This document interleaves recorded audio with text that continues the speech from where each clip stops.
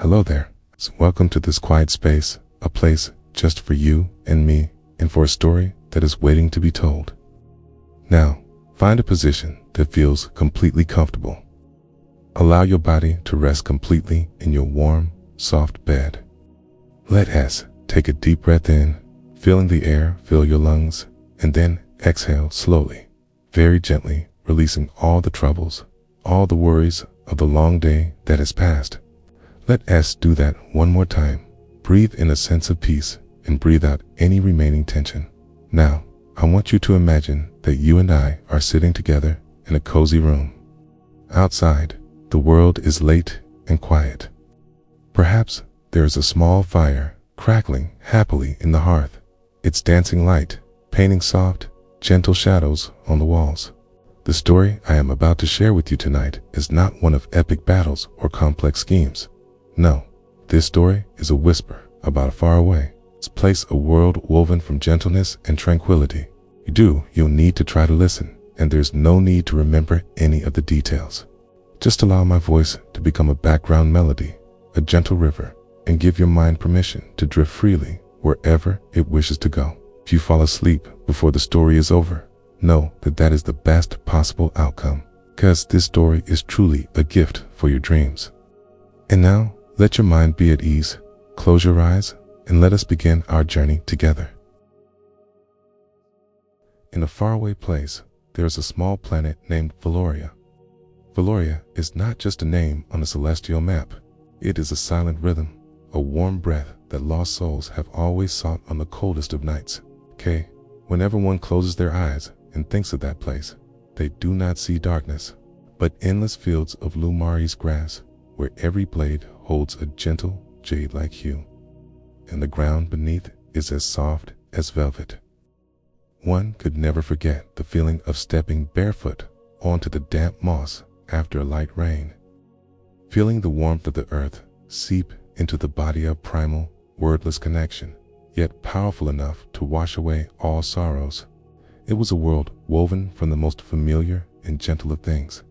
Valloria's sky was not just one shade of blue. It was a vast canvas where dawn painted brilliant streaks of rose and orange, and dusk stained the entire expanse with a wistful, heart-wrenching violet. It was said that the clouds on Valloria knew how to tell stories. They did not drift by in a hurry, but ambled slowly, gathering and dissolving to form wondrous shapes. Now, a mythical beast in deep slumber, now the kind face of an elder. The children of Valloria would often lie on the grass, gazing up at the sky and reading these stories, tales of the past, the future, and of dreams yet to be formed. The air on Valloria carried a unique fragrance found nowhere else. It was a blend of damp Mother Earth, the scent of sathora leaves after a shower, and the sweet, delicate perfume of the lumina flowers that bloomed only at night. To take a deep breath was to feel pure freshness fill the lungs, not just air, but life itself, the very energy of the planet circulating through every cell. The sounds of Valloria were just as special. It was not the noise of a bustling city, but a symphony of silence. The whisper of the wind through the leaves, the murmur of a stream weaving through worn stones, the chirping of insects in the night, and above all, the soft hum that emanated from the ancient forests, a melody as soothing as a mother's lullaby. The people of Valloria were like the planet that birthed them, gentle, quiet, and profound. They lived in small villages, nestled in valleys, or along sparkling rivers. Their homes were not built of cold brick and stone, but were shaped from living wood, blending into nature as an inseparable part. They had no kings or harsh laws. The community was bound by empathy and love. Smile on Valloria needed no words. Single glance was enough to share one's feelings. They learned to listen more than to speak, to listen to the earth and sky, to the plants, and most importantly, to each other's hearts. On evenings, when the sun had set behind the stardust mountains, the valleys would glow with the phosphorescent light of tiny, gentle creatures. They danced in the air like fallen stars, weaving a magical tapestry of the night. The people of Valloria never hunted or harmed them. Right? They were a part of Valloria, just as the people were. They lived in harmony with all things, for they understood that every being, no matter how small, carried within it a piece of the planet's soul. The memory of Valloria is a chain of warm images, of gentle emotions. It is the image of an old woman sitting on her porch, her kind eyes gazing into the distance, her lips murmuring a wordless tune. It is the feeling of peace while sitting in the Star Temple, the lone structure on a high peak, looking up at the heavens and feeling the whispers of the cosmos. It is the joy of sharing a simple meal with neighbors, with nothing but vegetables from the communal garden and stories without beginning or end. Valloria was a dream made real, a dream of absolute harmony between humanity and nature, of a slow life where value was found not in possessions, but in connection. The memory of this place is a gift, a peaceful haven for the soul to return to. And this story is an invitation for you to step into that world, to listen to the tale of the earth, the sky, and of a people with hearts as pure as starlight. To understand Valloria, one cannot begin with its people or their history, but must start with the very ground that nurtured them. For on Valloria, the earth is not an inanimate object, okay? It is a living entity, a benevolent mother with a slow, Kate breath, and the people of Valloria, whether consciously or not, all live by that rhythm. To breathe with the earth is not a literary metaphor. It is a self-evident truth, the core principle of life for every being on this planet. The planet is cradled by two great mountain ranges, like the giant arms of Mother Nature embracing her child. To the east lie the Stardust Mountains, a name given not out of pride, but for a simple truth. When night fell and the sky was a clear, cloudless canvas, the peaks of these mountains seemed to no longer belong to the ground. They would sparkle fantastically, reflecting the light of a million distant stars, as if sprinkled with diamond dust from the Milky Way itself. The rock of the Stardust Mountains had a special crystalline structure. It absorbed starlight by night and emitted a soft, blue-tinted glow at dawn, creating a sunrise that was both glorious and serene. The mountains here were not jagged or defiant.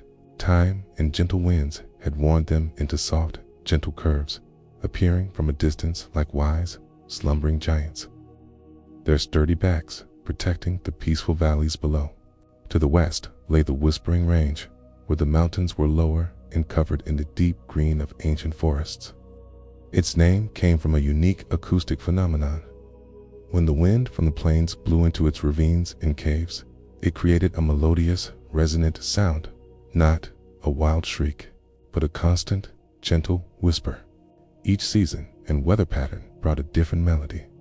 The Vallorians would often go to the foot of the Whispering Range, sitting in silence for hours just to listen. They believed it was the voice of the planet, carrying messages about the changing of the seasons and lessons of patience and listening. At the mountain's base, the air was always cool and fresh, carrying the scent of fallen leaves, damp earth, and the wild flowers that grew only in the shade. Between these two great ranges lay the fertile valleys and plains, the beating heart of Valloria. This was where life expressed itself most clearly and gently. The ground here was not dry clay or barren gravel. It was a living carpet, a perfect combination of soil, moss, and tiny flora. The earth itself was rich in color, from the dark brown of chocolate to the warm hue of terracotta, to the vibrant ochre that glowed under the sun. But its most special quality was the feeling of it. To place a bare foot upon Valloria's ground was to feel an unexpected softness and resilience. It did not sink, but yielded just enough to embrace the foot like a gentle caress. The warmth from deep within the earth seemed to transfer directly into the body, a feeling of profound safety and welcome. For this reason, the people of Valloria rarely wore shoes. They walked barefoot, not out of poverty or lack, but because they wished to feel that connection, to make every step a conversation with Mother Earth, Upon this earthen carpet grew the jade-green lullabies grass, the planet's signature flora. Each blade was succulent and held the ability to emit a soft glow as night fell, turning the fields into a sea of gentle green light. The scent of lullabies grass was not sharp, but pure and sweet, especially after an afternoon rain shower.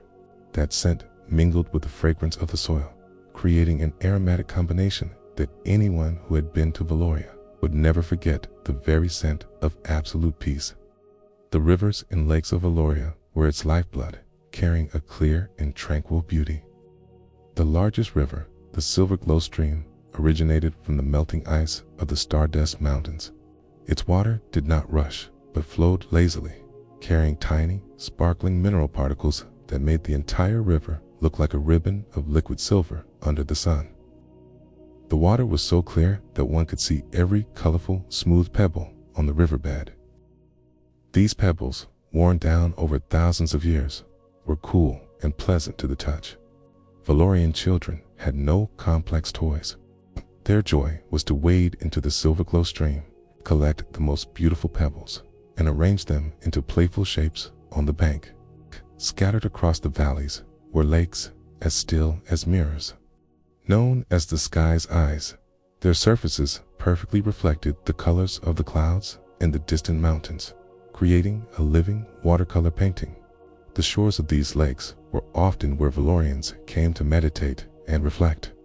Sitting by the water's edge, gazing into its stillness, they felt their own souls being cleansed, becoming as clear and tranquil as the lake itself. There were no loud crashing waves, only the soft lapping of water as a gentle breeze passed, creating ripples that spread and vanished like thoughts coming and going in the mind. The connection between the Vallorians and their planet's geography was a deep, organic bond. They did not see mountains as inert blocks of stone, but as venerable elders offering shelter and protection. They did not see rivers and lakes merely as a source of water, but as the flow of life itself, bringing freshness and purification. They did not see the land as property to be owned, but as the great mother who gave them a place to live and grow. From the mountains, they learned steadfastness. From the river, they learned flexibility, and from the earth, they learned acceptance. Every action they took reflected this deep respect. When they needed a plot of land for cultivation, they did not plow it haphazardly. They would sit down, place their hands on the ground, and ask permission. So it was not a complex ritual, but a moment of quiet communion, to feel, to ensure that their actions would not disturb the breathing of the earth. They believed that if they listened deeply enough, the earth would answer, would show them the most suitable place. Thus, to walk upon the land of Valloria was not just a physical journey from point A to point B, it was a spiritual experience. Each footstep was an affirmation of existence, a word of thanks to the planet. Their breath mingled with the breath of the soil, their heartbeats synchronized with the rhythm of the valley. They were a part of the landscape, and the landscape was a part of them. On Valloria, there was no separation between a living being and its environment. All existed together in a harmonious symphony, where the Mother Earth breathed and her children breathed as one. If the earth of Valloria was a gentle mother with her warm embrace and deep breath, then the sky was a pensive father, a great storyteller who used color and light to write the epics of the universe. To the people of Valloria, the sky was not a vast and alien void. It was a mirror reflecting the planet's soul, a living chronicle whose pages were turned by the softest of winds. The climate here was not harsh. There were no howling storms or scorching heat. Instead, the weather was a symphony of subtle transitions, and the clouds were the masterful conductors of that symphony. On a clear day, the Vallorian sky was not a monotonous blue. It was a gradient of countless shades, from a pale cerulean at the horizon, deepening to a turquoise overhead, and sometimes shimmering with a magical violet at its zenith. The air was so pure that one could see the faint glimmer of stars even during the day, like diamonds hidden behind a blue silk curtain. But the true beauty of Valloria's sky lay in its cloud sinities that seemed to possess their own consciousness, their own emotions. They were not shapeless masses of water vapor. They were messengers of nature, and their colors changed to express the mood of the planet. When the land was rejoicing in a bountiful season, when the rivers flowed full and the trees were heavy with fruit, the clouds would become fluffy and airy like cotton. They were pristine white, but their edges were tinged with a golden or rosy hue, even in the middle of the day. The Vallorians called them the joyful clouds. They drifted lazily across the sky, forming playful shapes: a swimming whale, a giant flower, or a benevolent smile. Looking at these clouds, one's heart also felt light and cheerful. Conversely, when the planet needed a moment of rest, when tranquility settled over the land, the clouds would turn a translucent silver gray or lilac. They were not heavy and gloomy, heralding a storm. Instead, they stretched in thin, delicate layers, softening the sunlight and diffusing it into a soft, silken glow. Sometimes, from these clouds, a fine, cool, and pure mist would fall, known as the tears of the sky. The Vallorians did not see this as a sad phenomenon. They viewed it as a time when the heavens were cleansing themselves, an opportunity for all of life to slow down and reflect. On these days, they would often sit quietly indoors or on their porches, listening to the mist patter on the leaves, feeling a profound peace in their souls. When a great change was about to occur, such as a turning of a season or a special natural event, the sky would signal it with brilliantly colored clouds. Streaks of orange, vibrant red, and deep purple would appear, not just at sunset, but sometimes in the middle of the day. They were like the brushstrokes of a master painter, creating dramatic, abstract art upon the canvas of the sky. This was a sign of transformation, of accumulating energy. The people would look up and know that a new chapter of nature was about to begin. The movement of the seasons on Valloria was as rhythmic and slow as the clouds themselves. There were no abrupt changes. The seasons flowed into one another seamlessly, like connected notes in a sonata. The sprouting season, their equivalent of spring, began when pale, lemon-colored clouds appeared, filtering the sunlight into a warm, budding green. The air carried the scent of fresh sap and Earth's awakening from a long rest. This was the season of rebirth, when young shoots stirred and stretched, and the small streams began to sing again. Next was the sweet fruit season, Valloria summer. The sky was at its clearest and highest, a deep and vibrant blue. The golden-hued, joyful clouds were frequent visitors. The sun emanated a full, nurturing warmth, never harsh, helping the plants to bear sweet fruit. This was the season of abundance and activity, when the people spent much of their time outdoors, gathering nature's gifts and sharing their joy. As the sweet fruit season closed, the season of falling gold leaves would arrive. The sky gradually turned to tones of copper and amber. The forests began to change their leaves, not to a withered yellow, but to a brilliant, shimmering gold. The lilac clouds appeared more often, bringing with them ethereal mists that made the landscape look like a dream.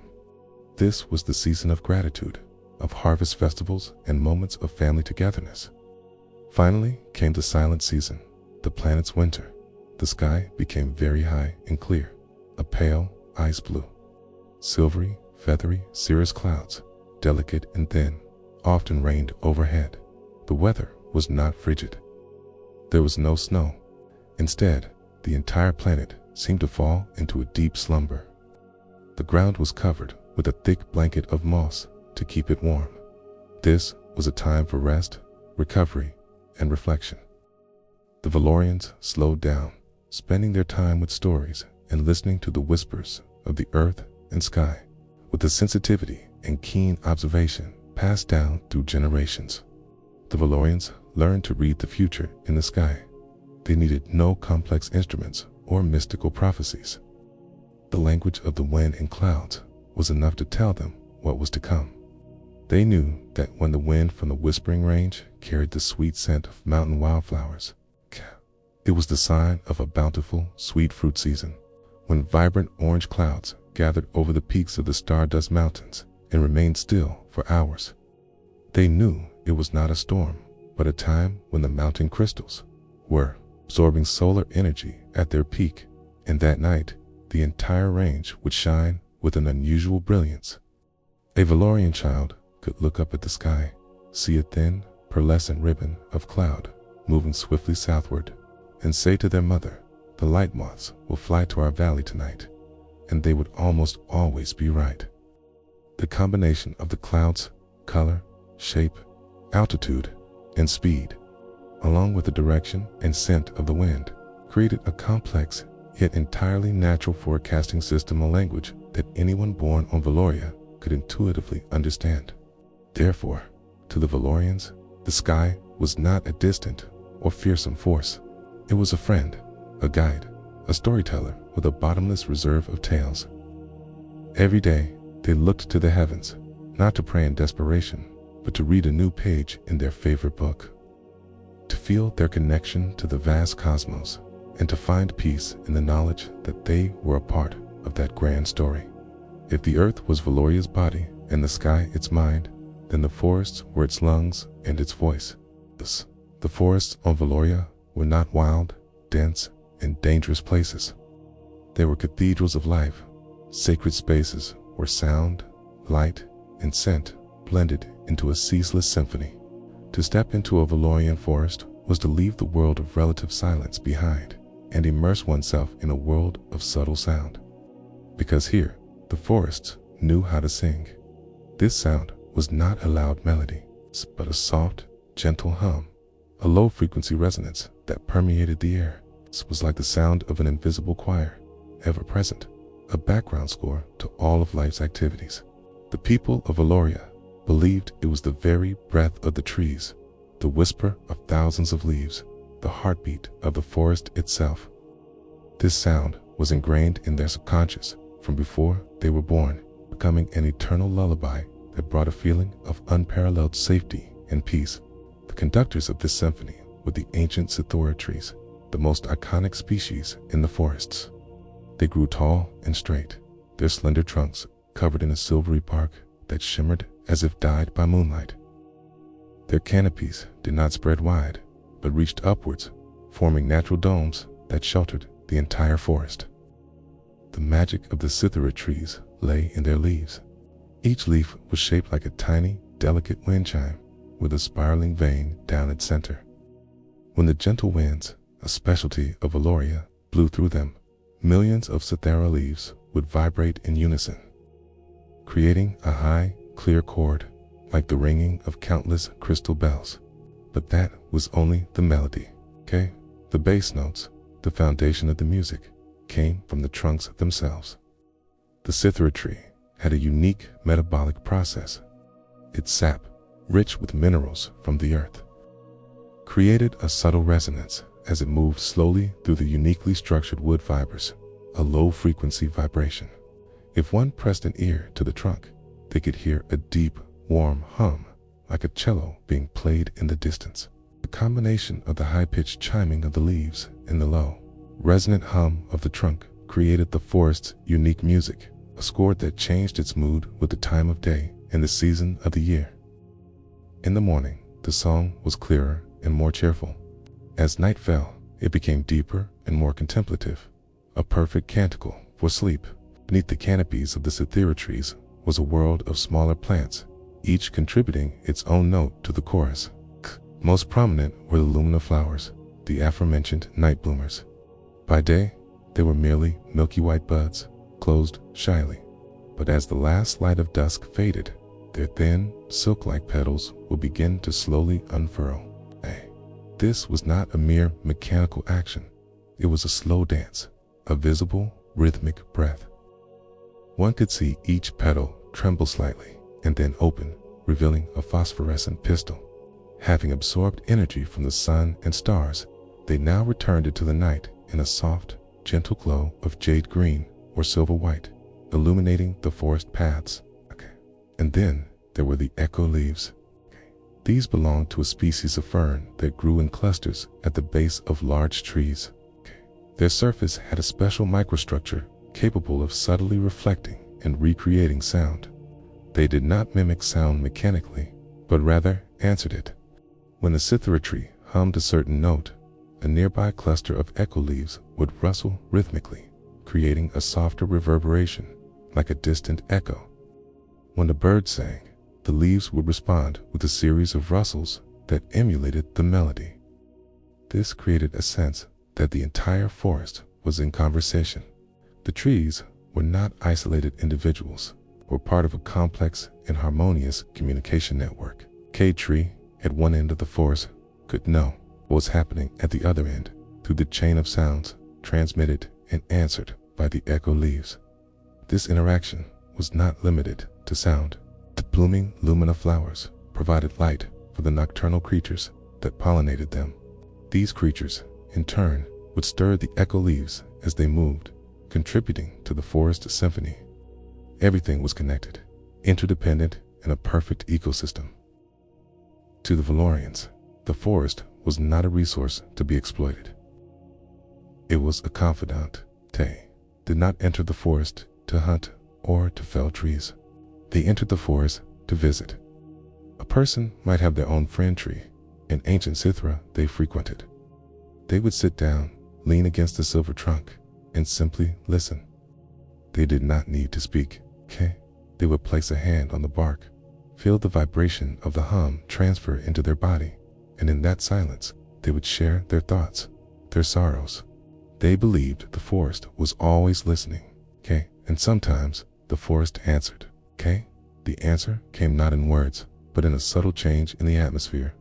Perhaps a light breeze would suddenly cause the cithara leaves overhead to chime in a more joyful tune.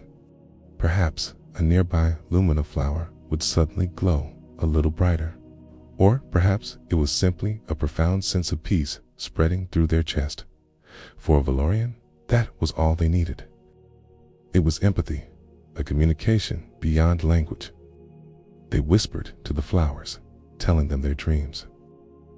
They watched the echo leaves and smiled as they answered a bird's song. They were part of that dialogue, not as masters, but as humble participants. In the embrace of the singing forest, they found solace, wisdom, and an irreplaceable sense of belonging. The forest was where they healed their heart's wounds, where they found their balance, and where they felt most keenly the powerful life force of planet Valloria flowing through their veins. The journey to understand Valloria would be incomplete without meeting its quietest residents, its creatures. On other worlds, the story of the animal kingdom is often an epic of survival, of the struggle between predator and prey, of strength and dominance. On Valloria, that epic was written with entirely different notes. The animal kingdom here was a testament to harmony, a world woven from gentleness where fear and violence did not exist, turning the planet's nights into a ceaseless festival of light. There were not beasts to be tamed or intruders to be wary of. To the Vallorians, there were neighbors, companions, and artists who contributed to the beauty of their home. The relationship between people and animals here was not one of control, but of coexistence in absolute trust and respect. As dusk settled and the lumina flowers began to bloom, the night sky of Valloria was awakened by the dance of the moonlight moths. By day, they were nearly invisible, their large, velvety, and translucent wings, a soft silver gray that allowed them to blend perfectly with the bark of the cithara trees where they rested. But as the first rays of the moon or stars appeared, a magical transformation occurred. Their wings, which were structured to absorb light, began to emit a soft glow of blue or silver white. Intricate patterns, unique to each moth, shone upon their wings like miniature constellations. They flew, not in a hurry, but with a slow, graceful glide, their wings beating gently without a sound. Fluttering around the equally radiant flowers created a scene of ethereal and poetic beauty. Sometimes they would fly in great swarms. A child could stand still in the forest, holding out a hand, and a moonlight moth might gently land upon it. Its glowing wings casting fantastical patterns on their skin. They believed the moonlight moths were messengers of beautiful dreams, their presence bringing peace to the soul. If the moonlight moths were the stars of the night sky, then the crystal geckos were the precious gems of the earth. These small creatures resembled lizards, but their skin was not scaly, but smooth and translucent, like polished glass. Their bodies contained tiny mineral deposits absorbed from the soil and water. Each gecko looked like a living piece of jewelry crafted by Mother Earth herself. They were very shy and moved slowly, often living in damp places like under the roots of great trees or along the banks of streams. They fed on dewdrops and tiny luminous fungi. Their light was not constant, but flashed whenever they moved, like a glint of light off a gemstone. At night, when a group of crystal geckos moved through the undergrowth, it looked as if someone had scattered a handful of jewels across the forest floor. The Vallorians considered a sighting of a crystal gecko to be a sign of good fortune, a reminder of the hidden beauty and richness of the land. They taught their children to walk softly in the forest so as not to startle these fragile beings. They understood that the gecko's beauty belonged to the forest, and that to admire them from afar was a privilege. Life in Valloria's waters was equally unique. In the clear rivers and lakes lived a small species known as the sound fish. They had slender bodies covered in iridescent scales that shimmered with all the colors of the rainbow. Instead of being luminescent, their special trait was sound. Along their bodies were tiny, vibrating organs capable of emitting high-frequency, melodious chirps and hums. When an entire school emitted their sounds in unison, they created a subtle, harmonious chorus underwater, a musical undertone to the river's silence. The Vallorians believed the song of these fish helped to purify the water and brought peace. When they meditated by the riverbank, they could listen to this underwater music and feel their souls being soothed. They never caught these fish. Their diet consisted of algae and trace minerals, and they were revered as the river's choir. The existence of these creatures defined a fundamental principle of life on Valloria: symbiosis instead of competition. The sound fish kept the water pure. In return, the planet provided them with a completely safe environment. The concept of a food chain did not exist here. Every creature had its place, its role, and all were respected. It was this very absence of fear that created the profound tranquility of Valloria. A person could sleep in the deep forest without worrying about wild animals. A child could play by a stream without fearing anything. Trust was a universal language, understood by all beings. The Vallorians believed their planet was so gentle because every living thing, from the largest tree to the smallest insect, chose to live a life of peace. They were all indispensable pieces of a grand mosaic, a world where life was not a battle, but a gentle, endless dance. Having journeyed through the breathing earth, the storytelling skies, the singing forests, and the gentle fauna, one must inevitably ask, what kind of people would be born from such a world? The key lies in a simple, profound truth. The people of Valloria are not merely inhabitants of their planet. They are its living reflection. They are the consciousness of the soil, the walking embodiment of the forest's hum. To understand them is to understand Valloria, for the spirit of the planet flows directly through their veins, shaping their forms, their thoughts, and their very souls. Their physical appearance is a testament to this deep connection, a subtle echo of the landscape that cradles them. The Vallorians are typically slender and graceful, moving with a deliberate fluidity that is neither hurried nor hesitant. Their movements are reminiscent of the tall cithara trees swaying in a gentle breeze, or the unceasing calm flow of the silver glow stream. There is an inherent elegance in their posture, a quiet confidence that comes not from pride, but from a perfect sense of balance with the world around them. Their skin tones are as varied and as soft as the earth itself. They range from the pale terracotta of the sun-drenched plateaus and the warm sienna of the valley soil, to the deep, rich umber of the forest floor after a rain.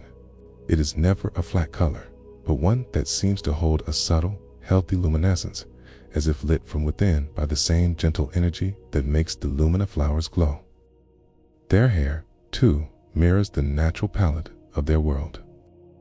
One might see shimmering silver locks like the bark of a sathira tree, deep, mossy greens, the copper reed of autumn leaves, or the dark, soft black of a cave's shadow. It is almost always soft and fine, falling naturally without need for elaborate styling. But it is their eyes that are the most striking feature, the true windows to their tranquil souls.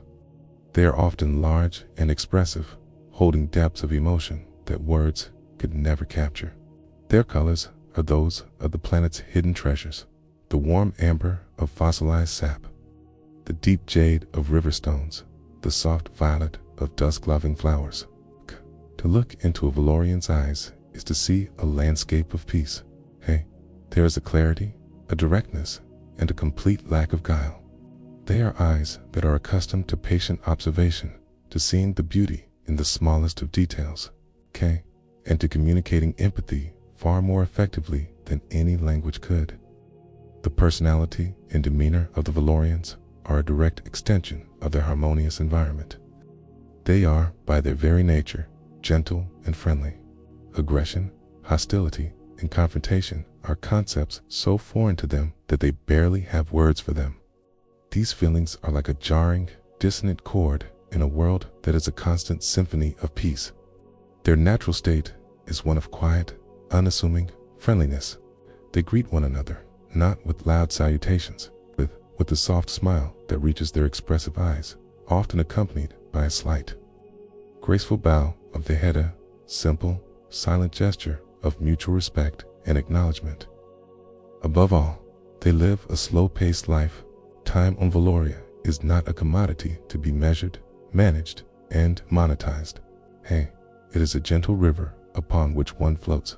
Their days are governed by the natural cycles of light and darkness, not by clocks or schedules. They rise with the soft light of dawn.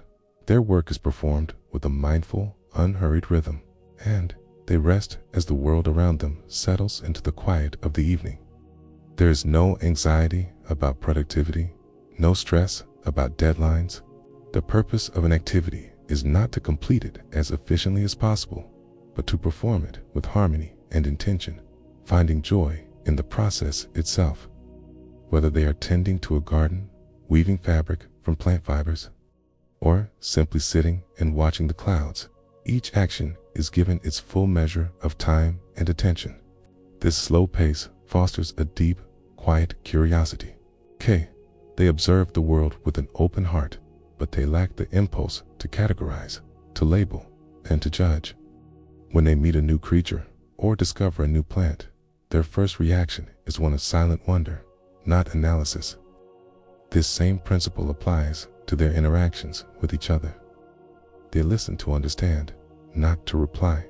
Their social structure, if it can be called that, is as simple and organic as a stand of trees in a forest. There are no hierarchies, no rulers, no governing bodies. The concept of power over another is nonsensical to them. Leadership is fluid and situational, born of wisdom and respect, not authority. When a member of the community is unwell, the one most knowledgeable in the healing properties of plants naturally guides the process of care. When a new dwelling is needed, the person with the greatest talent for shaping living takes the lead. Once the task is complete, they recede back into the community, their temporary leadership dissolving as easily as mist. Conflict, though rare, is treated not as a battle to be won, but as a dissonance to be healed. When a disagreement arises, the individuals involved do not engage in heated arguments. Instead, they instinctively retreat into solitude, seeking the counsel of the whispering forests or the still surface of a lake. They allow the rhythm of the planet to soothe their inner turmoil. When they feel centered again, they come together. They do not debate points or assign blame. Ultimately, the Vallorian identity is rooted in the collective. The word I is used far less frequently than we. Personal possessions are few, as needs are simple and resources are shared freely. The greatest joy is found not in individual achievement, but in the well-being of the community bountiful harvest. A new family welcomed, a festival where everyone's voice joins in a single, harmonious song. They are the human embodiment of their world's spirit, interconnected. Having come to know the people of Valloria, one understands that their dwellings could never be mere structures of wood and stone. A Vallorian's home is not a fortress against nature, but a porous membrane through which the life of the planet can flow. Their villages are not scars upon the landscape, but graceful additions, woven so seamlessly into the fabric of the earth that it is often difficult to tell where the wilderness ends and the community begins. They are called villages of light, not as a formal name, but as a simple, truthful description of the spectacle they become when dusk settles, gentle, earthbound constellation that breathes in time with the forest. The placement of a village is the first act in a long and patient conversation with the land. The Vallorians do not impose their will with surveyors, tools, and clear-cutting. Instead, a small group of elders will walk for days, observing, listening, and feeling. They seek a place where the planet's energy feels settled and harmonious. These are often natural clearings within a forest, a gentle inner curve of the silver glow stream, or a shallow basin protected by the embracing arms of the whispering range. They look for the subtle signs of invitation. The way the light falls through the trees, the health and vibrancy of the soil, the quality of the silence. When the right place is found, there is a shared, unspoken consensus. This is where they will be welcome. There are no walls, fences, or gates in a Vallorian village. The boundary is fluid, organic. It might be delineated by a stand of ancient sathura trees on one side and a communally tended garden on the other. Paths are not paved, but are simply tracks of soft, compacted earth, worn smooth by generations of bare feet. They curve and wind around ancient stones and the roots of great trees, never demanding that nature yield to a straight line. The entire village is permeable, allowing the forest to be a constant presence. A family of crystal geckos might live undisturbed beneath the steps of a dwelling, and a stream of moonlight moths will drift through the village center on its nightly journey, its passage as natural and expected as the rising of the moon. The architecture of their homes is the ultimate expression of their philosophy of non-imposition. Vallorian houses are not built, terrexed into being. The process begins with a careful selection of a specific species of tree. Known for its pliability and vigorous growth, a weaverwood tree, instead of cutting it down, they plant several saplings in a circular or oval pattern. Over the course of many years, as the trees grow, they are gently guided and shaped. Their trunks are encouraged to lean towards each other, their branches carefully woven together to form the arched framework of a roof and the rounded contours of the walls.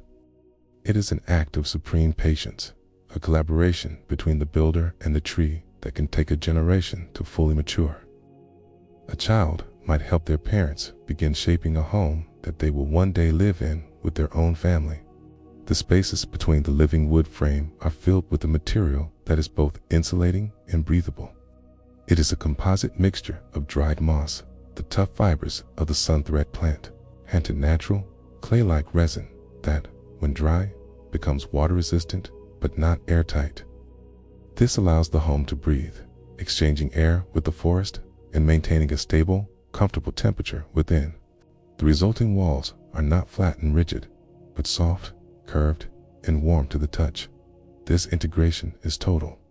It is not uncommon for a fully grown sathura tree to be the central pillar of a home. Its resonant, humming trunk filling the space with a constant, soothing vibration.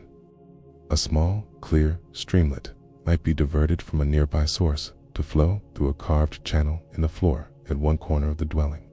Its soft murmuring an integral part of the home's soundscape before rejoining the earth outside. Windows are not square holes cut into a wall and sealed with glass. They are organic flowing openings in the structure, often draped with curtains woven from the shimmering, milk-white fibers of the mung grass plant, which allow light and air to pass through while providing privacy. The interior of a Vallorian home is a sanctuary of simplicity and peace. The floor is the smooth, hardened earth itself, covered with soft, woven grass mats. Furniture is minimal and is often shaped from the same living wood as the house, or carved from the naturally fallen branches of hardy trees. A table might be a single, large, polished slice of a fallen giant, and seats are often just smooth, moss-covered stones or low wooden benches. Beds are soft mattresses, filled not with feathers, but with a mixture of dried, fragrant moss and the softest leaves, which are changed with the seasons. Every surface is natural, every object has a history, and every home feels less like a building and more like a gentle, living womb. When night falls, the village transforms. There is no fire used for illumination. Fire is seen as a beautiful but untamable and destructive force, and its smoke would mar the pure air. Instead, the Vallorians decorate the darkness. Strategically planted gardens of lumina flowers, tended with great care, bloom along the paths and around the homes, casting a soft, ambient, greenish-white light. This living illumination is the primary source of the village's glow. Drawn to this cool light are the moonlight moths. They drift in silent, shimmering swarms from the deeper forest, their glowing wings adding a dynamic, sparkling layer to the scene. They are the village's living lanterns, turning every evening into a silent, moving festival of light. Inside their homes, Vallorians use other forms of gentle light. Smooth river stones that have been left in the sun all day release their stored energy as a faint, warm glow. Clusters of softly glowing fungi might be cultivated in a ceramic bowl. The combined effect is one of indescribable magic. The village does not banish the night, it embraces it, adorning it with a luminescence that is soft, alive, and utterly silent. From a hill overlooking a valley, a village of light does not appear as a human settlement. It looks like a natural phenomenon. It seems as though a piece of the star-dusted sky has gently descended, tired of its cosmic journey, and chosen to rest for the night. Amongst the trees, its light pulsing in a slow, peaceful rhythm that is the very heartbeat of Valloria. In most cultures across the cosmos, civilization is measured by the complexity of its language, the richness of its literature, and the eloquence of its leaders. Culture is built upon words, stacked one on top of the other to create towers of law, history, and art. The Vallorians, however, built their civilization on a different foundation. They did not build upon the sound of the spoken word, but upon the deep, resonant meaning of silence. For them, silence is not an absence of communication. It is its most pure and undiluted form. This philosophy was not born from an intellectual exercise. It grew organically from their environment. From birth, they learned to listen to the languages that had no words. They learned the language of the earth from its warm, steady pulse beneath their bare feet. They learned the language of the sky from the shifting emotional colors of the clouds. They learned the language of the forest from the constant, soothing hum of the cithara trees. Key, they understood that the most powerful and truthful communications in their world were nonverbal. The planet spoke to them through feeling, through vibration, through light. And so, their own culture evolved to mirror this profound truth. The Vallorians do have a spoken language, but it is a tool used with great intention and economy. Its vocabulary is precise and functional, used for conveying specific, necessary information. One might say, the sunberries on the western slope are ripe for gathering, or the current in the stream is stronger today. Words are used to coordinate practical efforts or to share factual knowledge. What their language is not used for is small talk, idle gossip, debate, or even the expression of complex personal emotion. To try and capture a feeling as deep as love, or as sorrowful as loss in a net of words is, to them, to diminish it. Words can describe the container of an emotion, but they cannot transmit the emotion itself. That requires a deeper channel. This deeper communication happens through presence, gaze, and gesture. As has been noted, the eyes of a Vallorian are exceptionally expressive. A shared glance across a sun-dappled clearing can convey a volume of information. A friend might see another sitting alone, their posture slightly slumped, their gaze fixed on nothing. Instead of approaching with the intrusive question, "What is wrong?" they might simply catch the other's eye. In their own gaze, they will offer quiet, unwavering, empathious, silent message that says, "I see your sorrow. I am here with you. You are not alone." No words are needed, for the feeling of solidarity is transmitted directly. The response might be a slow blink of gratitude, a complete and sufficient conversation. Their gestures are similarly nuanced and deliberate. A hand placed gently on the shoulder is not a casual touch, but a profound act of comfort and connection.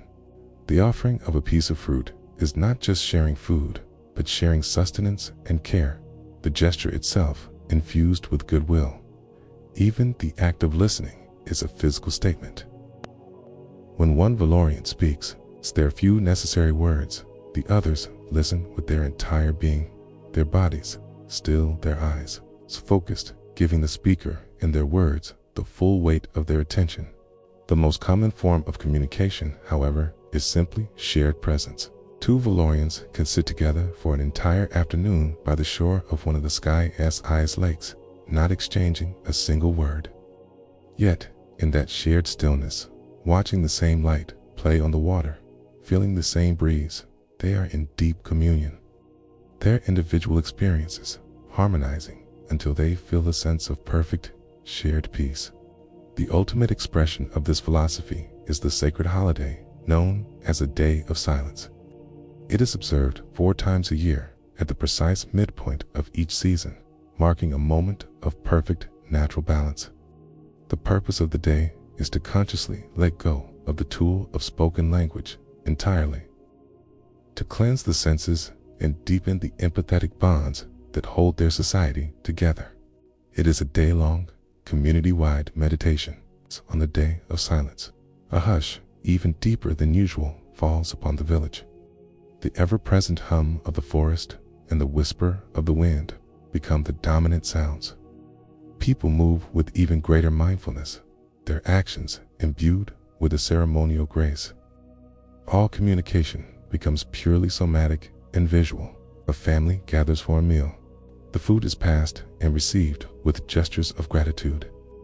A shared look of pleasure as they taste a sweet fruit is their dinner conversation. A young couple might express their affection by walking side by side down a forest path, the steps falling into perfect sync, their hands brushing softly. A shared, gentle smile as they pause to watch a crystal gecko sparkle in a patch of light is their love poem. At dusk, the entire village often gathers in the central clearing. There is no ceremony, no speaker, no ritualistic performance. They simply gather in silence, standing or sitting under the canopy of the stars and the gentle glow of the lumina flowers. In that collective stillness, they cease to be individuals. They become a single organism, a network of consciousnesses connected by the invisible threads of shared feeling. A wave of profound peace might wash over the crowd, its passing visible only in a collective, subtle softening of posture, a shared, gentle exhalation. When the day of silence ends at the first light of dawn, the world feels renewed. The first words spoken are uttered softly, and they sound fresh and potent after their long rest. The ritual recalibrates their society, stripping away all that is unessential and reaffirming their most sacred cultural value, that the most important things in life are not told, but are felt. This culture is their attempt to align themselves with the language of the universe. The stars, they reason, do not shout their brilliance across the void. They shine in steadfast silence. The mountains do not lecture on the nature of time. They simply exist, their ancient presence a constant, silent testament to eternity. Life's greatest truths, the Vallorians believe, are found in these quiet, constant, and profound presences. Their culture of silence is a lifelong practice of becoming better listeners to the great silent story being told all around them, a story of connection, harmony, and being. The spirituality of the Vallorians, much like their culture, is not found in books or recited in dogma. It's an experiential faith, a direct communion with the world as a living, breathing entity. Their culture of silence taught them to listen to one another's souls. Their spiritual practice is simply an extension of this listening, expanding its reach from the heart of the village to the heart of the cosmos itself. They hold a core belief that is as simple as it is profound, that their planet is a conscious being, and the stars glittering in the endless night are not distant, its cold fires, but its ancient, wise kin, sending messages of light, memory, and wisdom across the great, silent void. The nexus of this cosmic communion, the physical heart of their faith, is a place known as the Temple of Starlight. It is not found in a bustling valley or a sheltered grove. It stands at the highest peak of the Stardust Mountains, the very range that drinks the light of the heavens and glows with it at dawn. The location is no accident. It's the point of nearest approach, the place where the barrier between the terrestrial and the celestial feels at its thinnest.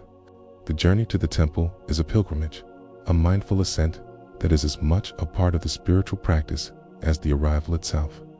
The path is not a harsh, challenging climb designed to test one's endurance, but a gently spiraling trail that winds its way around the mountain. To walk it is to slowly shed the lushness and gentle hum of the valleys below.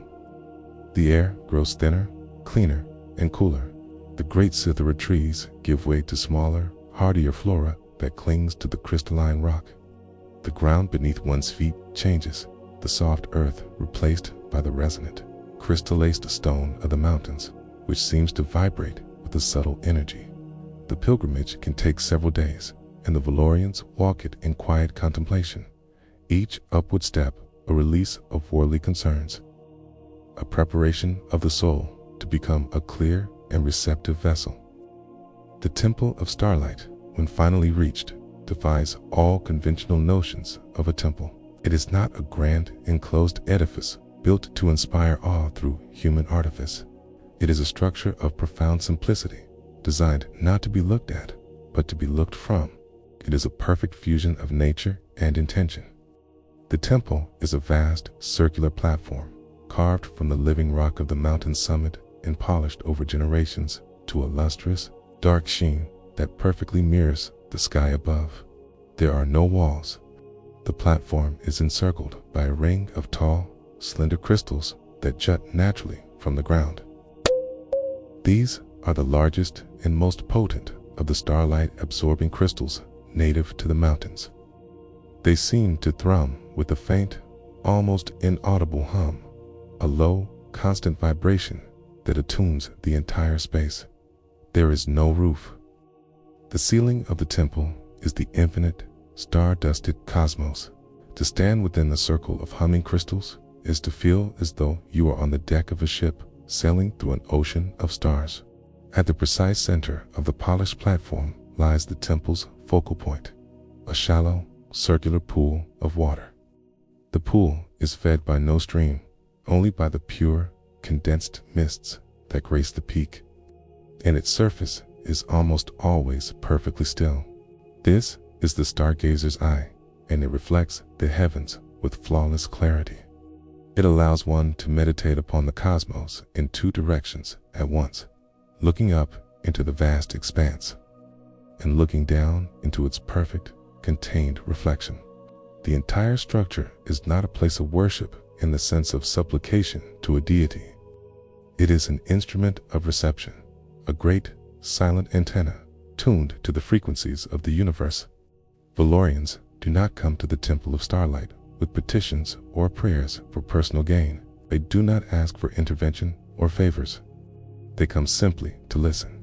An individual or a small, silent group will make the pilgrimage and find a place on the cool, polished platform. They enter a state of deep, meditative silence, quieting the inner chatter of their own minds until all that is left is a state of pure, open awareness. The goal is to make their own consciousness as still and reflective as the stargazer's eye. The whispers of the stars, which they come to hear, are not an audible phenomenon. It is an influx of pure feeling, of intuitive insight, of profound understanding. So Vallorian gazes into the starlight either directly or in the watery reflection. The light itself seems to become a carrier of information. Its keys. It is a communion that transcends language and logic. In that silent reception, one might suddenly grasp the solution to a complex community problem. Not as a thought, but as a feeling of rightness and clarity. One might experience an overwhelming sense of connection to all of existence. The boundaries of the self dissolving into the cosmic whole. Or one might simply be filled with a deep, unshakable peace, a serenity that can be carried like a glowing ember back down into the valley. The low, constant hum of the crystals surrounding them aids in this process, providing a meditative drone that helps to focus the mind and shield it from distraction. Tuning the listener to the subtle symphony of the cosmos.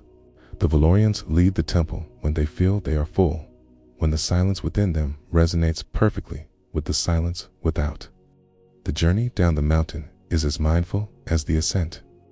They descend slowly, carrying their newfound peace and clarity with them.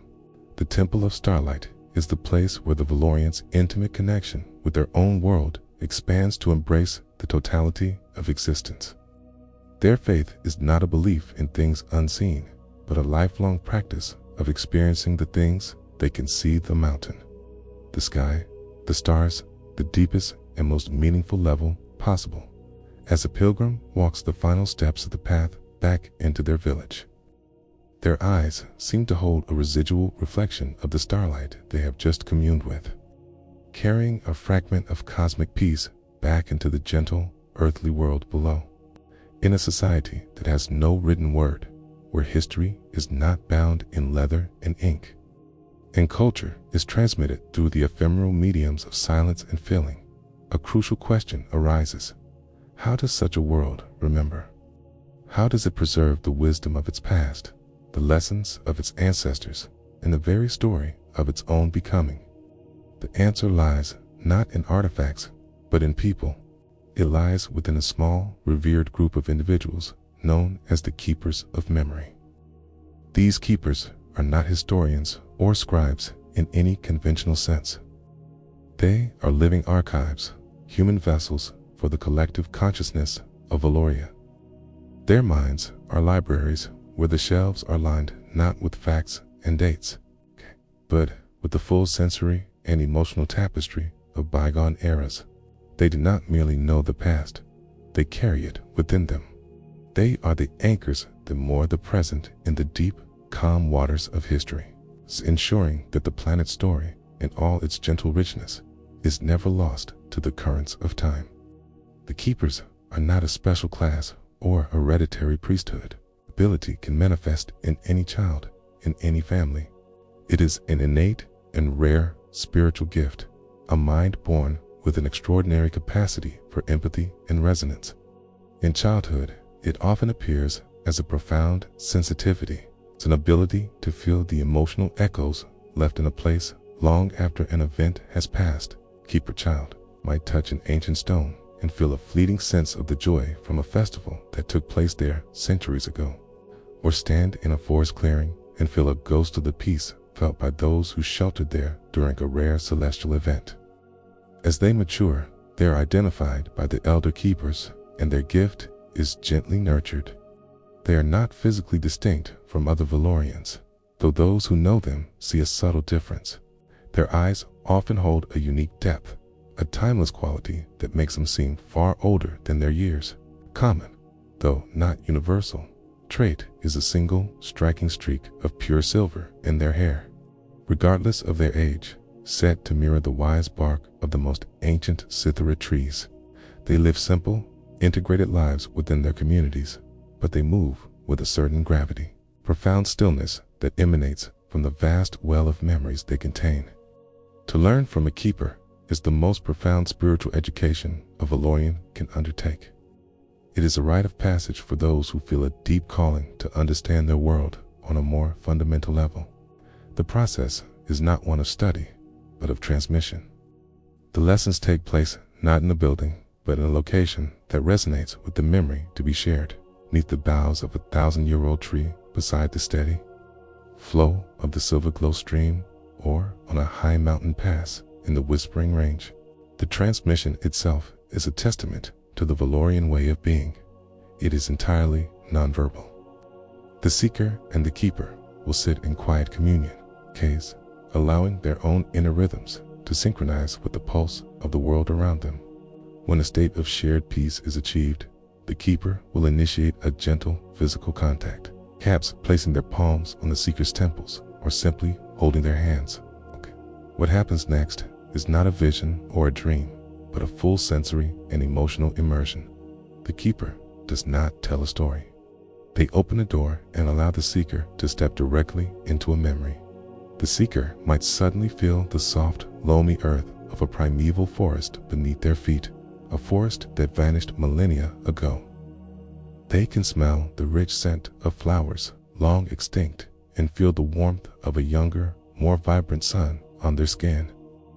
They might find themselves experiencing the very first day of silence, feeling not as an observer, but as a participant, their heart swelling with the pure, unadulterated joy and unity of their most distant ancestors. The memories are not limited to human experience. The keeper can share the planet's own story. The seeker might feel the slow, immense grinding pressure of a mountain range being born to patient, a persistent work of a river carving a valley over eons, or the deep, dormant peace of the world during a silent season long past. This experience, which could be overwhelming, is made gentle by the keeper's own consciousness.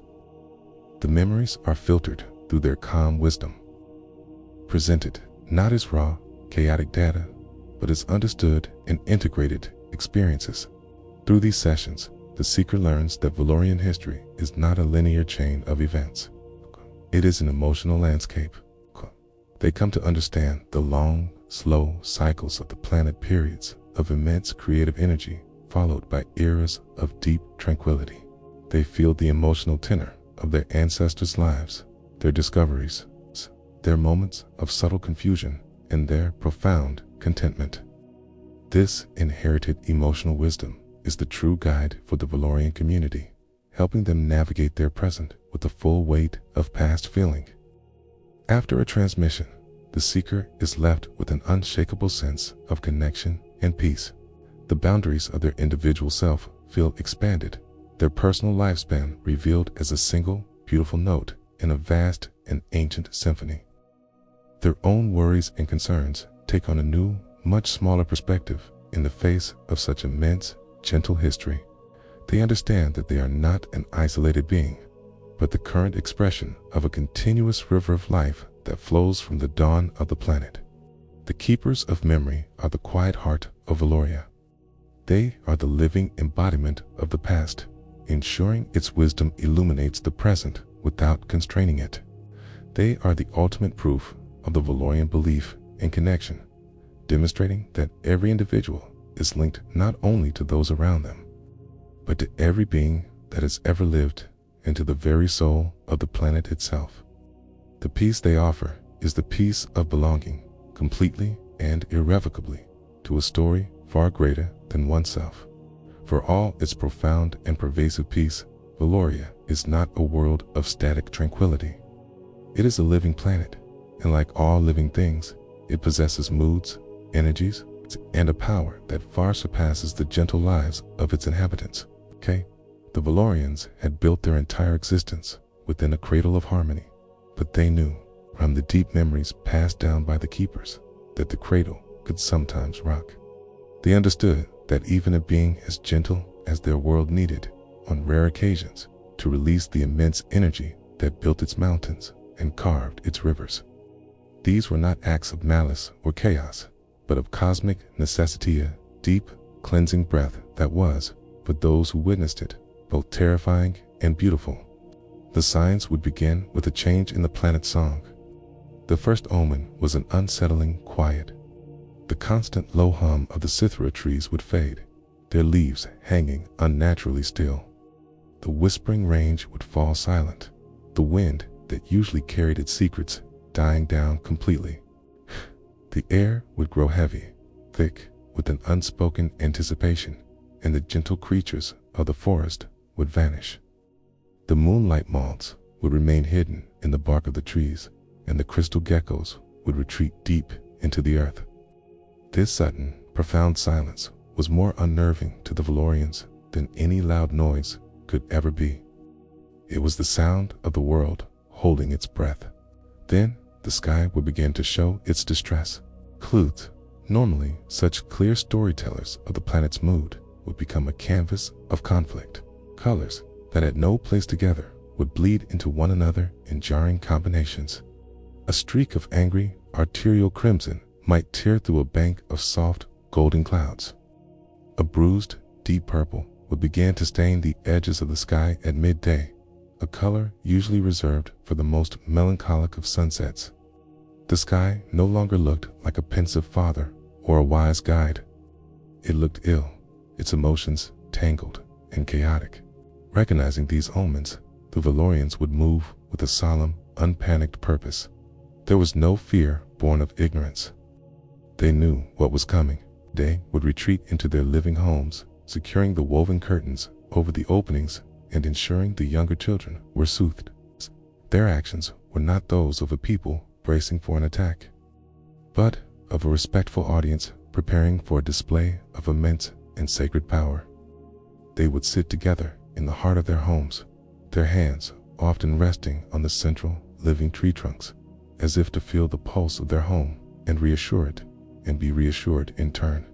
The event, when it came, was known as the chromatic tempest. It did not begin with rain or thunder. It began with wind. But this was no ordinary wind.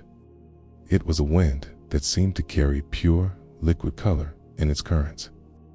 The first gusts would sweep through the valleys with a low moan, and they would be a deep, saturated sapphire blue. The wind itself was visible, a shimmering wave of color that raced over the landscape. Where it touched, it left a temporary stain. The silvery bark of the cythera trees would be streaked with blue, and the jade-green lullabies grass would be momentarily painted with its passage. This was followed by a wave of emerald green wind, then another of fiery orange, each gust a different hue, a different note in the rising storm's overture. At the tempest's peak, the true terror and beauty began. Again, the light itself would begin to quake. The air would shimmer violently, and reality would seem to fracture, as if seen through a broken crystal. This was the lightquake, a phenomenon unique to Valloria. Without warning, silent, blinding flashes of pure color would detonate across the sky. A searing bolt of white gold light would rip the heavens in two, followed by a silent, expanding explosion of pure magenta that would saturate the entire world in its impossible color for a breathtaking second. Each flash was accompanied not by thunder, but by a deep, resonant hum that vibrated through the very rock of the planet. A sound felt not in the ears, but in the bones, in the teeth, in the core of one's being. This was the planet's true voice, not a whisper or a song, but a raw, powerful, and overwhelming roar. Inside their homes, the Vallorians would huddle together, feeling the deep vibration of the planet shake them to their core. Through the gaps in their woven walls, they would see the world outside dissolving into a maelstrom of shifting, impossible color. The experience was primal. It was fear. It was the feeling of being infinitesimally small in the face of a power so vast it was incomprehensible. Their homes, which felt so much a part of the forest, now felt like tiny, fragile shells in a vast, energetic ocean. And yet, it was beautiful. It was a terrifying, divine, and savage beauty. They were witnessing the creative force of their world unleashed, painting the sky with a wild, ecstatic, and unrestrained hand. The fear was an instinct, but the awe was a spiritual experience. It was a humbling reminder that the gentle mother they knew and loved also possessed a spirit of untamable wildness. They were not her masters, privileged to witness her moments of both serene peace and fierce, magnificent passion. The tempest would rage for what felt like an eternity. Then, as suddenly as it began, it would subside. The colored winds would die down. The fracturing light would coalesce. The deep hum would fade back into the planet's core. Soft, gentle rain would begin to fall, each drop shimmering with a silvery light, as if to cleanse the world of its emotional intensity. When the last silver drop had fallen, and the familiar, gentle hum of the world began to rise again, the Vallorians would emerge from their homes. The world they stepped into was transformed. It was a stained glass world. The storm had left its temporary marks everywhere. The forest was streaked with sapphire and violet. The fields of grass were dappled with shades of orange and pink. The silver glow stream ran with swirling ribbons of color. The air was cleaner, purer, and felt charged with a new, vibrant energy. The planet, having released its great tension, felt calm, renewed, and deeply at peace. The chromatic tempest, for all its terror, was not destructive. The flexible, living homes bent with the winds and were unharmed. The people, sheltered within, were safe. Its purpose was not to erase, but to renew. The Vallorians understood this in their bones. The fear they had felt was already melting away, replaced by a profound and lasting awe. A Vallorian child might step outside, reach out a tentative hand, and touch a tree trunk, their fingers tracing a beautiful, impossible streak of sapphire blue, their eyes wide, not with terror, but with the dawning realization that the world they loved was even grander, wilder, and more magnificent than they had ever known. The chromatic tempest had reminded the Vallorians of a fundamental truth. Their world was a being of immense power. The awe and fear it inspired left a lasting impression, a deeper respect for the untamable forces that lay just beneath the surface of their peaceful existence. But this new understanding begged a question, one that began to resonate in the quietest moments of their lives. From where did this power originate? Not the chaotic, expressive power of the storm, but the steady, life-giving energy that allowed the world to heal and renew itself afterwards. Legends passed down by the keepers of memory spoke of such a place, not as a location on a map, but as a destination of the soul. They called it the heart of the planet, a sanctum that could not be sought, but only revealed itself to those who were called. The calling was a strange and intimate phenomenon. It would begin as a faint, rhythmic pulse felt deep within the chest, a beat that was not one's own. It was slower, larger, more profound. It was a gentle pull, a silent invitation from the planet's core. This call came most often to those who had spent their lives in deep communion with the world, the oldest keepers, the most contemplative listeners, those whose inner silence was clear enough to perceive the planet's deepest rhythm. To answer the call was to embark on a unique pilgrimage.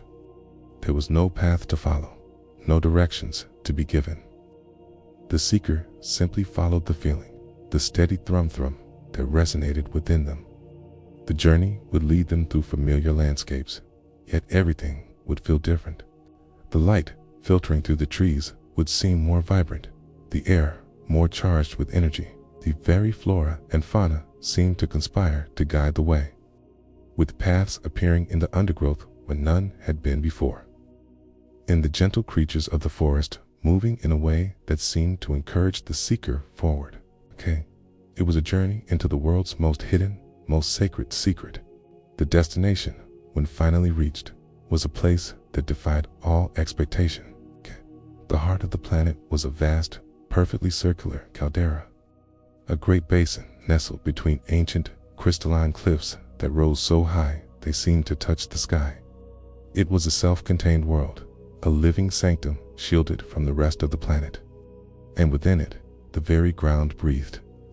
It was a slow, majestic, and undeniable pulse. The entire floor of the caldera would rise, almost imperceptibly, and then fall again, like the chest of a sleeping titan. The rhythm was immense, one single, slow heartbeat every few minutes. A beat that now synchronized perfectly with the pulse the seeker had been following in their own chest. The life within this sacred basin was an amplified, purified version of Valloria itself. The luminous grass glowed with a brilliant emerald light even in the daytime. The cithara trees stood taller and hummed with a chord so deep and powerful it was felt more than heard. The lumina flowers were not gentle glows, but bright, steady lanterns of soft, white light. The creatures moved with a serene grace, their own inner light burning with an intensity unseen anywhere else. This was the planet's crucible, the source from which all its vitality sprang. At the very center of the caldera lay the heart's most astonishing feature, a vast, circular pool, not of water, but of a thick, viscous, golden liquid that emitted its own warm, self-sustaining light. It was the planet's primordial life force made manifest, a pool of pure, creative energy. The liquid pulsed in time with the slow breathing of the earth, its surface rippling with each beat. All around its edges, one could witness life in its nascent, purest form. Tiny, glowing sprouts of new flora could be seen emerging from the liquid's edge. And nascent, crystalline structures slowly took shape, imbued with the light of the pool. It was a direct, unfiltered view into the miracle of creation. As the seeker stepped into the caldera, the great, slow rhythm of the planet's heart took over their own. Their personal, rapid heartbeat seemed to fade, subsumed by the larger, more ancient pulse. It was a feeling of utter dissolution, of becoming one with the life force of the world. Sitting by the glowing golden pool, they did not just witness the cycle of life, they became part of it. They could feel the golden energy of the pool seeping into the soil, feel it being drawn up into the roots of the humming trees, feel it illuminating the wings of a moonlight moth. And here, in this most vital of places, the seeker came to understand the true nature of what others might call loss. They would watch as a lumina flower, its life cycle complete, would wilt and dissolve not into decay, but into a shower of soft light that was gently reabsorbed into the pulsing ground. They would see an ancient crystal gecko, its inner light fading, lie down by the pool's edge, and, with a final, gentle sigh, its physical form would dissolve back into the earth, its own tiny spark of light rejoining the great, golden luminescence of the pool. There was no sadness in this. That was no sense of an ending. The seeker understood, on a cellular, undeniable level, that death was not a departure, but a return. It was a transformation, a remerging with the source. Every life, every light, every song was a temporary loan from the planet's heart, and at its end, it was returned, enriching the source from which all new life would spring. The fear of impermanence, the subtle sorrow of endings that even the Vallorians felt, dissolved in the face of this beautiful, perfect, and eternal cycle. The one who had been called would eventually leave the heart of the planet, the inner pulse fading as they returned to the outer world. But they were fundamentally changed. The awe they felt for the planet's S-power during the tempest was now tempered with an intimate, loving understanding of its life-giving, cyclical heart. They looked upon their village, their fellow Vallorians, the trees, and the streams with new eyes. They no longer saw a world of separate beings, but a world of countless, beautiful expressions of the same single, pulsing, golden energy they had witnessed in the caldera. Their sense of connection was no longer just a philosophy. It was a physical, spiritual, and undeniable truth. They now understood that to be alive was to be part of the heart, and to be gone was simply to return to it. After the profound experience at the heart of the planet, there was a new depth of understanding among the Vallorians. They felt their interconnectedness not just as a gentle philosophy, but as a vibrant, physical truth. They saw the same golden, life-giving energy in the flowing river, the the steadfast mountain, and in the eyes of each other. It seemed for a time that their harmony was absolute, unbreakable, a perfect reflection of the great cyclical peace they now understood lay at the core of existence. But the shadows that test a world's soul do not always arrive with the fury of a storm. Sometimes they emerge from the quietest of places, from within the heart of the community itself.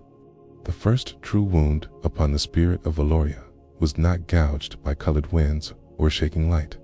It was a subtle fissure, a dissonance that began not with anger or greed, but with something far more innocent, pride. Came in a village nestled in the greenest part of the Whispering Range. There lived a group of Vallorians who were exceptionally skilled in the art of shaping the living weaverwood homes. Their dwellings were marvels of symbiotic architecture, more graceful and more intricately woven than any others. They were known simply as the Shapers, and their informal leader was a thoughtful, well-intentioned Vallorian named Elian. Elian and the Shapers loved their craft with a pure and focused passion. They spent their lives in communion with the weaverwood trees, learning every nuance of their growth, every secret of their strength. Over time, this pure love began to curdle into a quiet, exclusive pride. They started to believe that their way was not just one way, but the better way. They saw their intricate methods as more harmonious, more respectful, and more beautiful. This belief, born not of malice, but of a focused devotion, began to create a wall around them. The wall was invisible, yet all could feel it. When Vallorians from other villages would visit, hoping to share in their new techniques, the Shapers would be polite but reserved. They would withhold a certain secret of weaving or a particular method for encouraging a branch to grow in a perfect arch, suggesting it was something only their specific trees understood. The easy, open flow of knowledge and fellowship that was the lifeblood of Vallorian society began to feel constricted around their village. A coolness developed where there had always been warmth. The Shapers, in their love for a single expression of harmony, were creating a larger dissonance. The empathetic soul of Valloria felt this wound immediately. In the other villages, a quiet confusion spread. It was a feeling they had no name for, a low-level static in their collective consciousness. The effortless unity of the day of silence felt subtly strained, as if one section of the choir was singing a fraction of a note off-key. There was a sadness, a shared and unspoken grief over a loss they couldn't quite define. More telling still, the planet itself began to reflect this spiritual imbalance. Visitors to the Shapers' village noticed that the forest around it felt different. The eternal hum of the cithara trees, usually so soothing, now seemed to carry a sharper, more tense vibration. The lumina flowers in their gardens did not seem to glow with their usual brilliance. The very air felt heavier. The wound of pride in the community was manifesting as a visible, audible wound upon the local fabric of the earth. The distress grew until it could no longer be borne in silence. An elder keeper of memory, a woman named Lyra, whose eyes held the depth of 1,000 starry nights, felt the planet's pain as a constant ache in her own heart. She knew that this was a wound that could not be healed by time, only by intention. She did not travel to the Shapers' village to scold or to correct. She came with a simple, gentle invitation. She spoke to Elian and his people, her voice soft, her gaze full of sorrow, but empty of judgment. She invited them to a gathering of hearts, to be held in a neutral, sacred grove by the silver glow stream, a place where the planet's song was always pure. They all came. The Shapers, looking solemn and defensive, sat together. Vallorians from every village formed a great circle around them. Following their ancient custom, they sat for a long time in complete silence. They let the murmur of the water and the rustle of the leaves wash over them, cleansing their individual anxieties and allowing a collective quiet to descend. Lyra, the keeper, was the first to break the silence. She did not speak of blame or rules.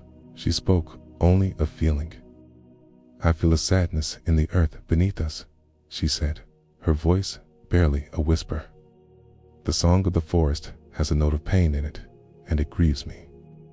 She placed a hand over her heart. Her honest vulnerability opened a door. Another elder from a different village spoke next. I feel a coolness between us where there once was warmth. I miss the warmth. One by one, others shared, not accusations, but simple statements of feeling. I feel a confusion in my heart. I feel a shadow in the light. Carrying these expressions of pure, unjudging sorrow, Elian and the Shapers began to truly understand, for the first time, the effect of their quiet pride. The invisible wall they had built was being described to them, not by its bricks, but by the chill it cast on others. Leanne's defensive posture softened. He looked at the circle of faces, at the genuine sadness in their eyes, and the wall within his own heart crumbled. His voice, when he spoke, was thick with a feeling he himself was only just beginning to understand. Our love for the trees became a shadow, he said softly. We thought our pride was a celebration of harmony, but it created a silence between us, a different kind of silence. A lonely one. He looked down at his hands. I feel the loneliness now. The moment the honest feeling was spoken, the healing began. There was no condemnation. Instead, the circle responded with a wave of pure empathy. They felt his loneliness, his regret. An elder from across the circle met his gaze and gave a slow, compassionate nod. A young woman sitting nearby reached out and gently placed her hand on his shoulder. The message was clear. Your pain is felt. You are one of us. You are not alone in your loneliness. The tension that had held the gathering in its grip dissolved like mist in the morning sun. A palpable warmth spread through the circle. Lyra smiled, a deep and knowing smile.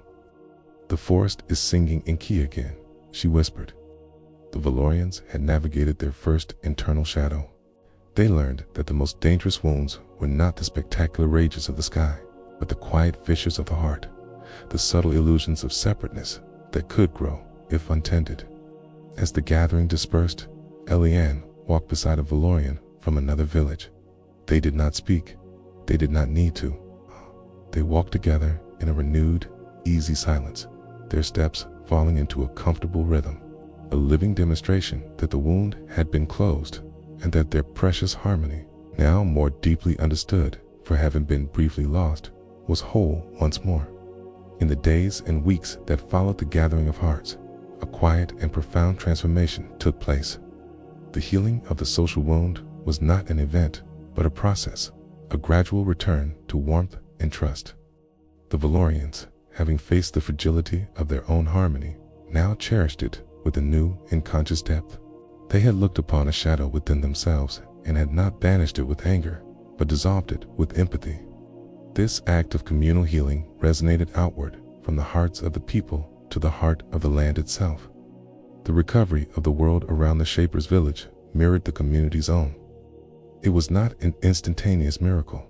The Vallorians watched, day by day, as the tense, sharp edge of the cithara tree's hum softened, gradually returning to its soothing bass chord. They observed the lumina flowers, night by night, as their petals seemed to unclench, their glow slowly regaining its former brilliance and clarity. This slow, deliberate mending became a new focus of contemplation. They saw in the patient recovery of the forest a reflection of their own healing journey. It was a lesson in the planet's resilience, a testament to its innate capacity to knit itself back together. It was during this period of observation that a new phenomenon was discovered. It was first noticed by those most attuned to the world's subtle voices, the keepers, the very young, and those, like Eliane, who felt a deep personal need to understand the wound they had helped create.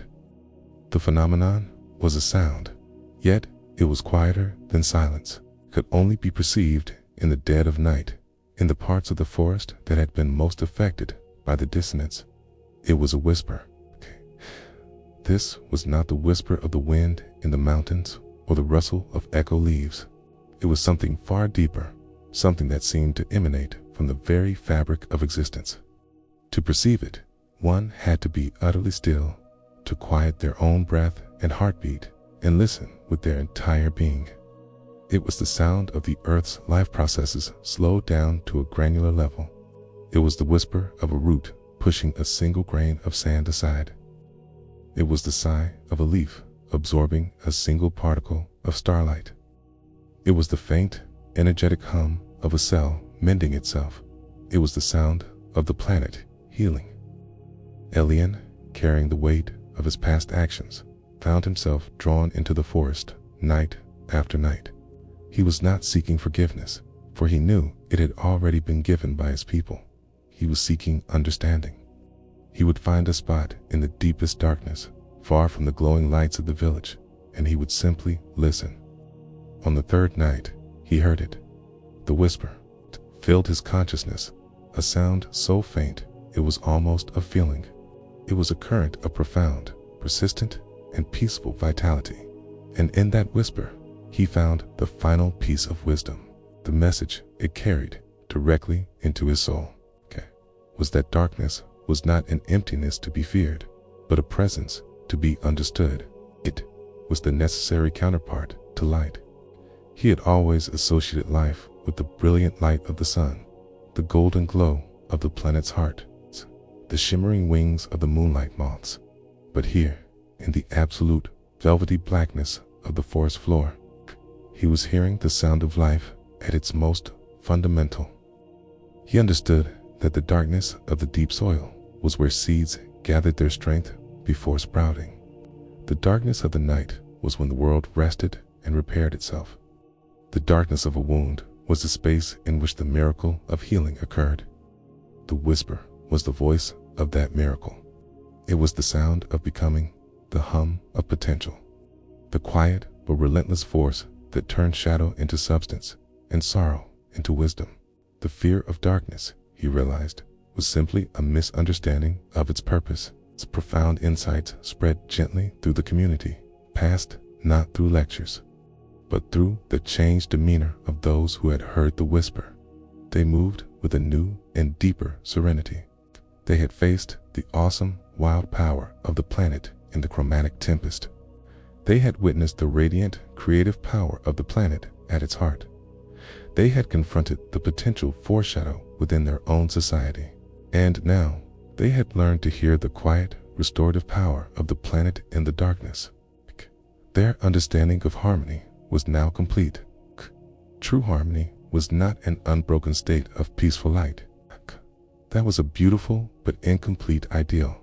True, resilient harmony was the dynamic, living balance of all things. It was the integration of the storm and the calm, of the brilliant light and the healing dark, of the communal joy and the solitary sorrow, of the wound and the whisper that mended it. The shadow was not a mistake or a failure. It was what gave the light its form and its meaning. Ilian sat in the forest, enveloped by a darkness that no longer felt threatening. It felt nurturing, like the embrace of the earth itself. He looked at the shadows cast by the distant, glowing trees, and he did not see an absence of light. He saw a different kind of presence, a quiet space full of the potent, formative whispers of life itself. His peace was no longer the innocent peace of one who had never known conflict, but the deep, abiding peace of one who had come to understand and accept the totality of existence. The people of Valloria and the planet they were a part of were not just healed, they were whole. And so, my story of Valloria comes to a close. Or perhaps, not a close, but a return to the gentle, breathing silence from which it was born. When I look back, when I allow the memories to wash over me, I do not see a linear tale of events, but a great, cyclical poem of a world learning to know itself. It found its own reflection in the earth and sky. It heard its own voice in the singing forests, and it felt its own heartbeat in the pulsing of its core. It weathered the magnificent fury of its own power, and it learned to mend the delicate wounds of its own heart. The peace that settled over Valloria after these trials was different from the peace that had come before. The first was a piece of innocence, beautiful but untested. The new piece was one of wisdom. It was stronger, more resilient, for it was woven not only from light, but from the acceptance of shadow. I remember how the Vallorians changed. Their quiet smiles held a new depth. Their empathetic gaze now carried the understanding that harmony was not a gift to be taken for granted, but a conscious choice to be made, day after day, in every gentle gesture and shared silence. They learned to see the darkness, not as an absence, but as a presence, the sacred space of renewal. The memory of the chromatic tempest was no longer a tale of fear, but a story told to children about the magnificent, untamable beauty of the world's spirit. The memory of the social wound became their most important lesson, a reminder that the strongest bonds are those that have been tested and have healed. Even now, so far away, when I quiet my own mind and filter out the noise of other worlds, I can still feel it. I can still feel the slow, majestic rhythm of the planet's heart, the steady, assuring beat that underlies all of existence. It is a pulse that reminds me that all life is connected, that every ending is a return, and that nothing is ever truly lost. I close my eyes, and I can listen. I can hear the eternal, gentle hum of the Cithara forests, but the music is richer now. It holds not only the sound of life, but the resonant echo of healing. It is a song that acknowledges the dissonance that once was, and in doing so, makes the present harmony all the more beautiful. And beneath that hum, if I listen very, very closely, I can still hear it, the whisper in the darkness, the sound of the world knitting itself together, the sound of starlight becoming life, the sound of a universe at peace with its own gentle, endless unfolding. What does the future hold for that perfect, distant world? I do not know. The great dance of light and shadow is eternal, and new challenges may one day arise as soft and quiet as a troubling thought, a core as magnificent and terrifying as a storm. But I no longer wonder with fear. I wonder with a quiet trust, a faith in the resilience of the Vallorian spirit and in the deep, abiding wisdom they earned. They have learned to listen to the whisper, and it will always guide them home. This connection, I have found, is a bond that distance cannot break and time cannot erode. It is a memory that lives not in the mind, but in the soul. It is a quiet place I can always return to, a warmth that never fades. In that faraway place, the planet Valloria still breathes, still lives, and I can still hear that gentle whisper whenever I close my eyes.